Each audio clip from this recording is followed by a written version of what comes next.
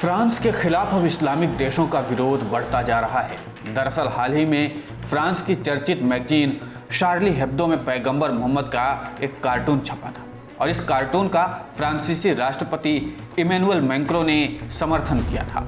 इसके बाद से तमाम इस्लामिक देशों ने कड़ी प्रतिक्रिया दी है, लेकिन बांग्लादेश की राजधानी ढाका में प्रदर्शनकारियों ने फ्रांस के राष्ट्रपति इमैनुअल मैक्रों का पुतला जलाया, साथ ही बॉयकॉट फ्रांस का नारा लगाया है। इस विरोध प्रदर्शन में बांग्लादेश में कम से कम 40,000 लोग शामिल हुए और फ्रांसीसी सामानों का बहिष्कार करने की अपील भी की।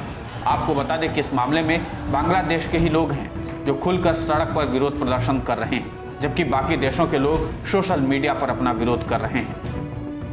हालांकि यह कोई पहला मामला नहीं है जब शार्ली हेब्दो ने इस तरह का कार्टून छापा हो। इसके पहले साल 2015 में भी शार्ली हेब्दो ने पैगंबर मोहम्मद की तस्वीर छापी थी।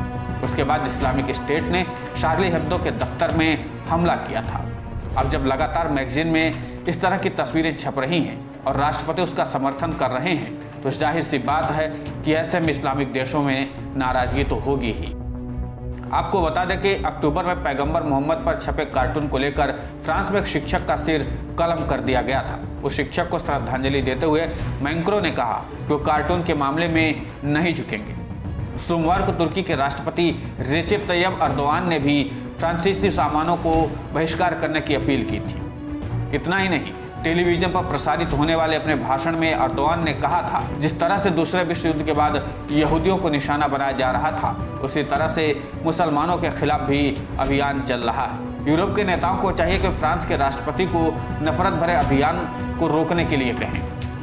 अर्दोआन के इस बयान के बाद लगभग सभी छोटे बड़े इस्लामिक देश फ्रांस के खिलाफ लामबंद हो रहे हैं, लेकिन फ्रांसीसी राष्ट्रपति इमैनुअल मैक्रों हैं कि वो एक भी कदम पीछे हटने के लिए तैयार नहीं। और इसकी बड़ी वजह है कि यूरोपीय देश मैक्रों को समर्थन दे रहे हैं। वहीं अर्दोआन ने शनिवार को इस्लामिक अतिवाद पर फ्रांस के राष्ट्रपति के रुख को लेकर कहा था, मैक्रों को मानसिक इलाज कराने की जरूरत है। प्रतिक्रिया में अर्दोआन ने फ्रांस अपने राजदूत वापस बुलाने की भी घोषणा की थी।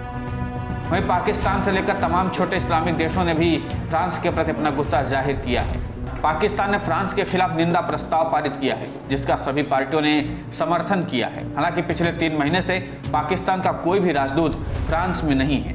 अब आगे भी शायद पाकिस्तान अपना राजदूत न भेजे, क्योंकि अगर बांग्लादेश जैसा देश फ्रांस जैसे देश के खिलाफ लामबंद होकर आंदोलन कर रहा है, तो आप समझ सकते हैं कि इस्लामिक देशों के अंदर फ्रांस को लेकर कितना गुस्सा है।